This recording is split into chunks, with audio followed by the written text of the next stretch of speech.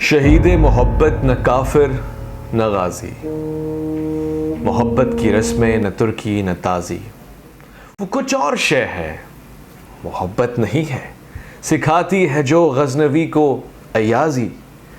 Phone sex ये एक ऐसा टैबू है कि जिस पे हर कोई बात नहीं करता, मगर मेरा मानना है कि जब अल्लाह रब्बुल इज़्ज़त ने शर्म महसूस नहीं की हक़ बात बताने में, या बहुत से लोग जो मुश्किल में हैं, उलझन में हैं और ना समझी में गलती का शिकार हो जाते हैं, कम से कम उनकी हेल्प की जाए।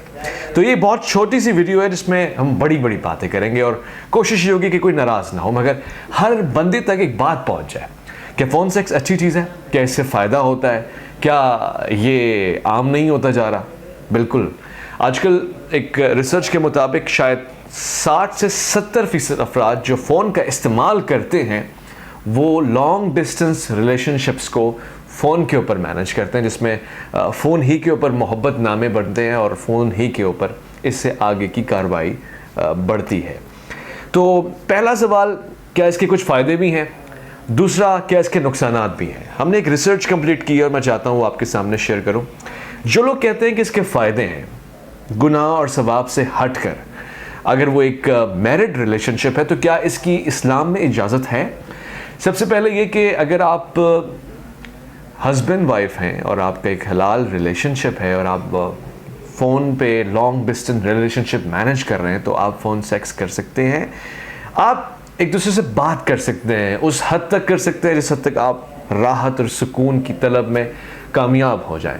मगर मैस्टरबेशन, जिसे हम अंग्रेज़ी का एक वर्ड कहते हैं, यानी ख़ुद नफ्स को राहत देना और उसके नतीजे में कुछ ऐसा काम कि जिसके बाद आपको ठंड पै जाए, इसकी इजाज़त नहीं है। यानी ये किसी भी तौर से मुबाह नहीं है, हलाल नहीं है।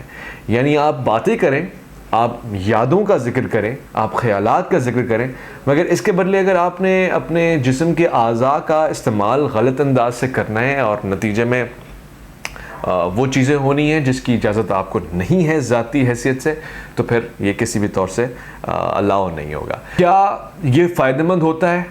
हमारे बहुत से नौजवान इसके अंदर शामिल हैं। मैं उनको बताना चाहता हूँ कि मेडिकल रिसर्च ये कहती है कि ये आपको रोज़ बरोज़ ज़हनी तौर से वीक करता है। मैंने अभी मेडिकली बॉडी की बात तो की ही नहीं है। याद रखिएगा, एक बहुत अच्छा जुमला है कि माइंड कंट्रोल्स योर बॉडी और फ़ोन कंट्रोल्स योर माइंड। तो जब आपका का सारा जिस्म आपके दिमाग का मोहताज है और आपका अपना दिमाग उस फ़ोन कॉल का मोहताज है कि जिसमें आने वाली आवाज़ और उस आवाज़ के ज़रिए तख़य्युल आपको किसी तरफ लेके जा रहा है, तो वो आपको प्रैक्टिस में लेकर आ रहा है कि आप इन्हीं इमेजिनेशन से गलत रास्ते की तरफ जाएं। यानी इमेजिनेशन को तबाह बर्बाद कर रहा है। आपकी सबसे बड़ी ताकत आपका दिमाग है, आपकी पावर ऑफ इमेजिनेशन है। तख़य्युल से ही तख्लीक होती है और आप अपने तख़य्युल को शायद सही तौर से इस्तेमाल नहीं कर रहे। एक और जगह पे रिसर्च ने ये बताया कि इससे ज़्यादा तल्ख़ वो बात होती है और फ्रस्ट्रेशन और डिप्रेशन या एंगर तब बढ़ता है जब आप फ़ोन कॉल्स के ऊपर होते हैं और वो बिल्कुल क्लाइमेक्स वाला टाइम जब आप मोहब्बत का इजहार कर रहे होते हैं और उससे आगे, और अगर डिस्कनेक्ट हो जाए और फ़ोन लाइन डिस्टर्ब हो जाए तो आपके अंदर एंगर यानी गुस्से के जज्बात डेवलप होते हैं जो आपने कहीं ना कहीं निकालने होते हैं। किसी न किसी को आपने अपने गुस्से की ज़द में लाना होता है, ये मुनासिब नहीं होता। तीसरी बात मैं उन दोस्तों को बताना चाहता हूँ जो इसको समझते हैं कि चले कुछ भी नहीं है तो इस तरह काम तो चल रहा है। दरअसल इस तरह आप अपने रिश्ते को कमज़ोर करते जा रहे हैं। ख़यालों की वो दुनिया आबाद कर रहे हैं कि जब वो हकीकत में उतरेगी तो एक दूसरे से नाउमीदी होगी, शायद मायूसी होगी, शायद तवक्कुआत बढ़ चुकी होंगी और हकीकत की ज़मीन पर कदम रखने की गुंजाइश ही नहीं रहेगी। हमारे दोस्त ने इस वीडियो को जब मैंने डिस्कस किया और रिसर्च के लिए मुख्तलिफ़ लोगों से मैंने राय ली, तो हमारे दोस्त ने राय इस तरह से रखी कि शायद इसमें एक फ़ायदा होता है कि आप सामने वाले को कोई नुकसान नहीं पहुंचाते। मिसाल के तौर पे अगर आपने ये प्लान किया है कि आपके यहाँ अभी बच्चे नहीं होने, तो इसके ज़रिए आप सामने वाले को कोई ऐसा फिज़िकल डैमेज या प्रोडक्टिव नहीं करते। मैं उसी दलील को रीज़न बनाते हुए आपके सामने कह रहा हूँ कि जिस काम का कोई रिज़ल्ट नहीं होता, जिस काम का आगाज़ ही गुनाह के ऊपर मबनी होता है, वो काम करने का फ़ायदा ही क्या होता है? और अगर ये सारी राहत आपके दिमाग को सुकून देने की है तो उसका ऑल्टरनेट क्यों नहीं तलाश करते? यानी कोई पॉजिटिव ऑल्टरनेट जो आपके दिमाग को सुकून दे दे। हो सकता है कि आपने एक स्टेशन ही गलत पकड़ लिया। दिमाग और भी चीज़ों में सुकून ले सकता है।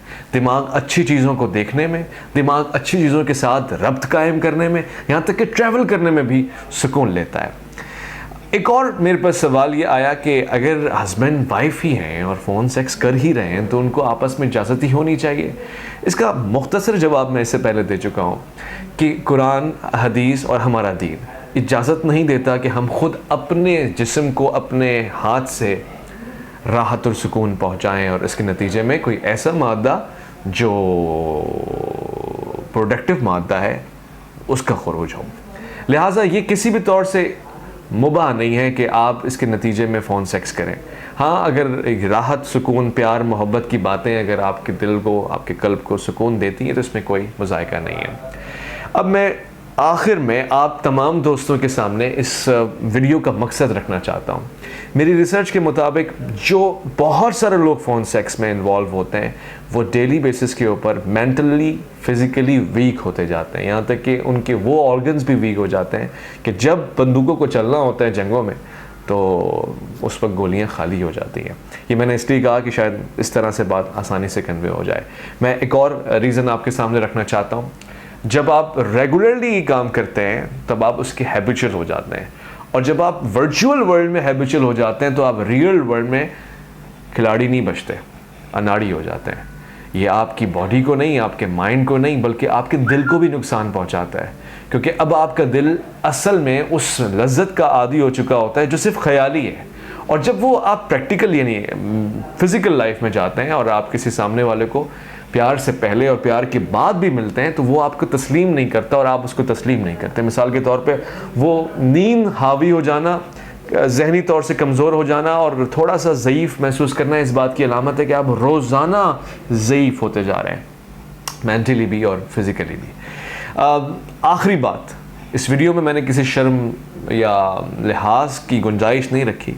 फिर भी अगर आपको कोई सवाल पूछना हो तो आप पूछ सकते हैं, क्योंकि इस हवाले से हमने रिसर्च की है, कर रहे हैं, और हम चाहते हैं कि दोस्तों तक ये पैगाम पहुँचे कि ये चीज़ ना वर्चुअली, मेंटली, ना फिज़िकली आपके लिए हेल्दी है। और आखिरी बात जो शायद सबसे इम्पॉर्टेंट बात होनी चाहिए थी, इसके ज़रिए आप अपने अंदर, अपने अमाल में गुनाहों का एक अंबार लगा रहे हैं। सबसे ज़्यादा अफसोसनाक बात तो ये है कि वो गुनाह जो आप महफिल में कर सकते हैं, आप उससे निकल के तन्हाई का इंतखाब करते हैं कि नहीं लोग देख रहे हैं, मगर आप ये भूल जाते हैं कि तन्हाई में भी खुदा देख रहा है। और खुदा उस वक्त आपसे ये सवाल पूछने का हक़ रखता है कि तुमने मुझे इतना हकीर समझा कि जहाँ सब देख रहे थे तुम उनसे पर्दे में आ गए, मगर मेरे देखने की लाज नहीं रखी, मुझसे पर्दे में नहीं गए। है कोई जगह जहाँ आप उससे छुप सकते हैं? है कोई जगह? एक और डिसएडवांटेज बता के आपसे अल्लाह हाफ़िज़ कहूँगा कि आजकल जिस भी सोशल मीडिया प्लेटफॉर्म का आप इस्तेमाल करते हो, कोई भी कनेक्शन सेफ़ नहीं होता। तो अपनी ज़िंदगी को भी ख़तरे में ना डालें, अपने आखिरत को भी ख़तरे में ना डालें, अपनी सेहत को भी ख़तरे में ना डालें, अपनी तख्लीकी ज़िम्मेदारियों और सलाहियतों को भी ख़तरे में ना डालें, अपने आप को भी ख़तरे में ना डालें। अल्लाह की अमान में।